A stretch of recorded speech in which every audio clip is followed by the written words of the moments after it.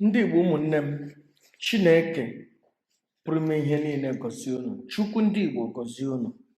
Biko ndị dibịa na ndị ọdịnala, bilitenụ, tetenu n'ụra, agwọ nọ n'akịrịka.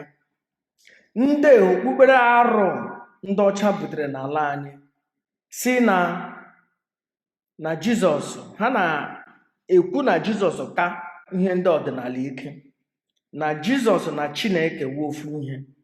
Jizọs warụ nwoke na-akpọ ntụle, according to King James Bible in 1614.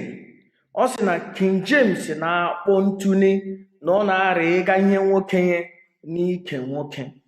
So ndị dibịa, bilitenụ, gbanụ ndị Igbo anyị eziokwu, ụjọ atụzila ụlọ n'ihe gbasara ndị okpukpere arụ.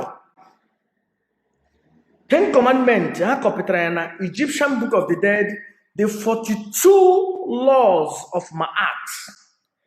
Ya unu ị ga-achọpụtali the link, gwa m mesedara gị the link.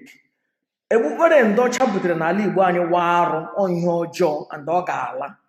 Ndị dibịa, nnọka ndị pastọ ike, nnọka ndị priest ike, ha wụ ndị oshi, ha wụ ndị ọjọọ Chineke kpọrọ ọkụ. Chineke kpọọ Jizọs ọkụ, kpọọ the God of Christianity ọkụ. Ala Igbo,